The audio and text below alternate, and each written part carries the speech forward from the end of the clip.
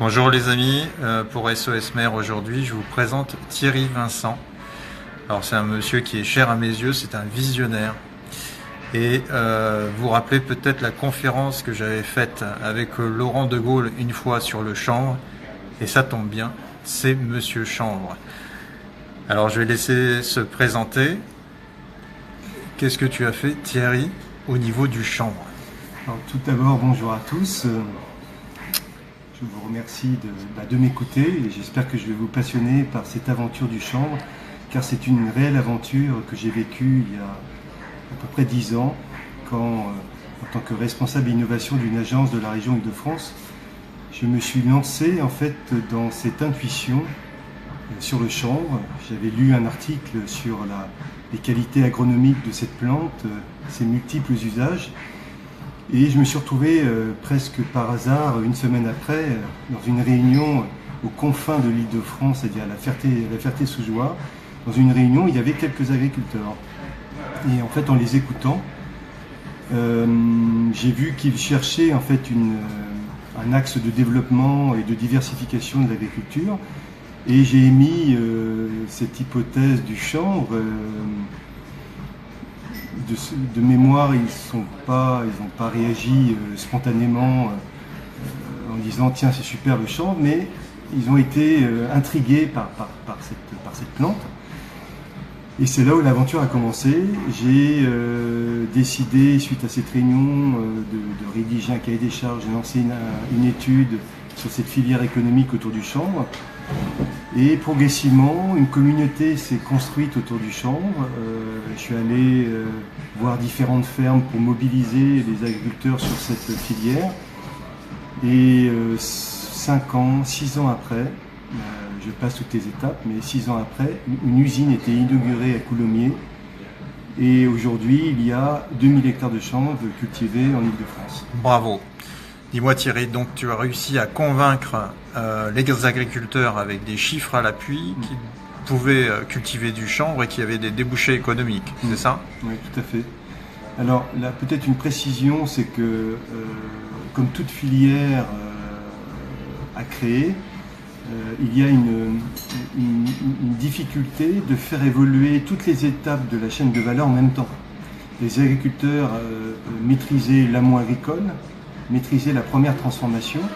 Et quand ils ont acheté l'outil de production, donc pour la petite histoire, ils ont racheté une entreprise allemande qui s'appelait BAFA. Oui. Ils ont acheté l'usine, ils ont rapatrié l'outil de production à Coulommiers et ils ont aussi, et heureusement, acheté le carnet de commandes, ce qui a permis en fait à ces agriculteurs de ne pas prendre le risque de produire et de transformer un matériau qu'ils n'auraient pas pu vendre spontanément parce que toute la chaîne de valeur en aval, c'est-à-dire tous les futurs clients, pour intégrer le chanvre dans leur outil de production et de construction, par exemple si on prend l'agromatériau que représente le chanvre, ça prend du temps. Et cette inertie aurait pu faire péricliter cette aventure s'ils n'avaient pas préalablement, en rachetant l'usine, acheté le carnet de commandes, et ce qui fait qu'aujourd'hui une grande partie de cette production repart en Allemagne et en Belgique, mais ça a pu permettre, et ça a été mon rôle pendant plusieurs années, de faire la promotion du chanvre comme un produit miracle dans des tas de secteurs économiques, et ça s'est progressivement imposé au sein des grands constructeurs comme Bouygues, Eiffage, donc là, le chanvre donc, est cultivé en France, il part à l'étranger, en Allemagne, c'est ça? Et il sert à BMW.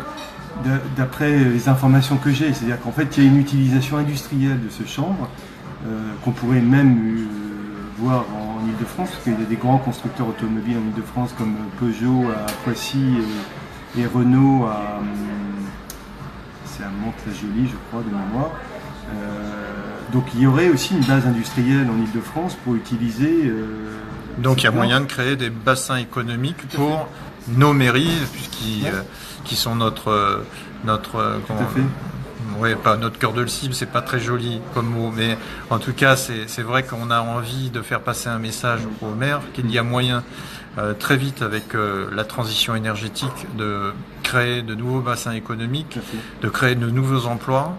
Et c'est ce que Planète Chambre a fait. Alors, parle-moi rapidement, s'il te plaît, de Planète Chambre. T'en es à l'origine, comment ça se passe? En fait, Planète Chambre, c'est le regroupement de ces agriculteurs que j'ai rencontrés sur ce parcours d'aventure.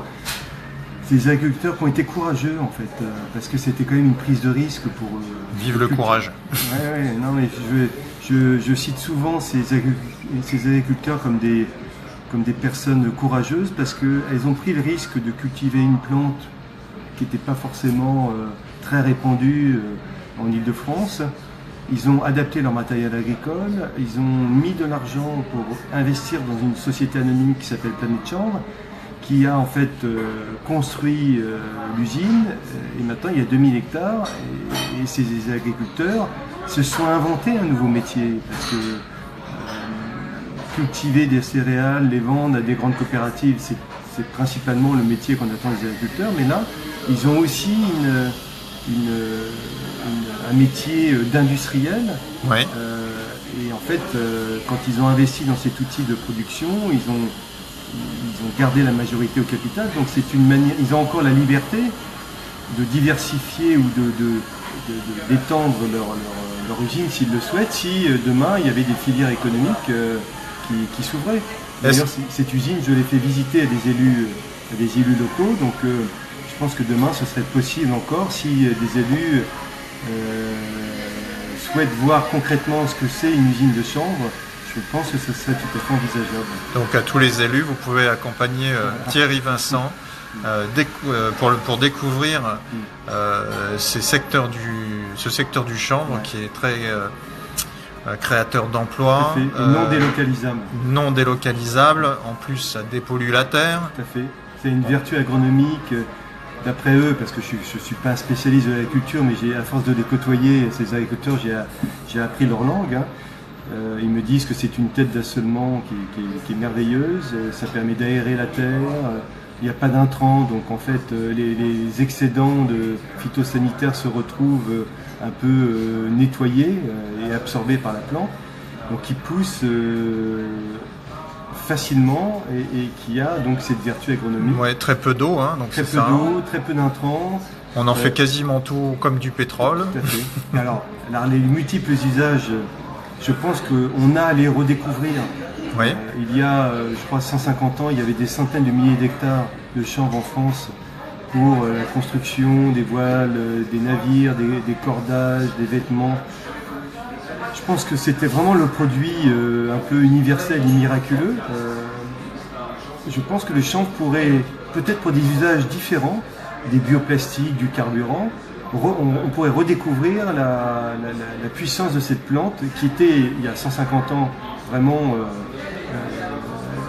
partout en France parce qu'elle était essentielle à la vie économique du pays.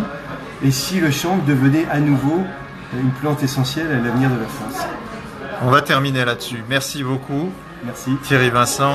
Et je vous invite vraiment à découvrir ses travaux et à l'accompagner à la visite d'une ferme. C'est une usine qui se trouve à Coulommiers en Seine-et-Marne. Et le bassin chanvrier est à une dizaine de kilomètres de cette usine. Donc s'il y a suffisamment de mer, parce que je ne vais pas non plus les déranger pour une ou deux personnes, mais en tout cas pour l'avoir fait 2 ans de suite, il est, je pense, tout à fait envisageable d'organiser une visite un peu groupée pour redécouvrir les vertus du chanvre. Y a-t-il un site sur lequel on peut manifester cette intention d'aller visiter l'usine? Il y a Planète Chambre. D'accord. Donc ils ont un site avec tous les produits disponibles. Vous pouvez lire des rapports qui ont été produits sur le chanvre sur le site de l'AREN, l'agence où je travaillais avant. Donc AREN, Agence régionale de l'environnement et des nouvelles énergies. Et vous tapez chanvre et vous aurez tous les rapports, toutes les notes qui ont été produites sur le sujet. Voilà. Merci beaucoup Thierry Vincent, à très bientôt.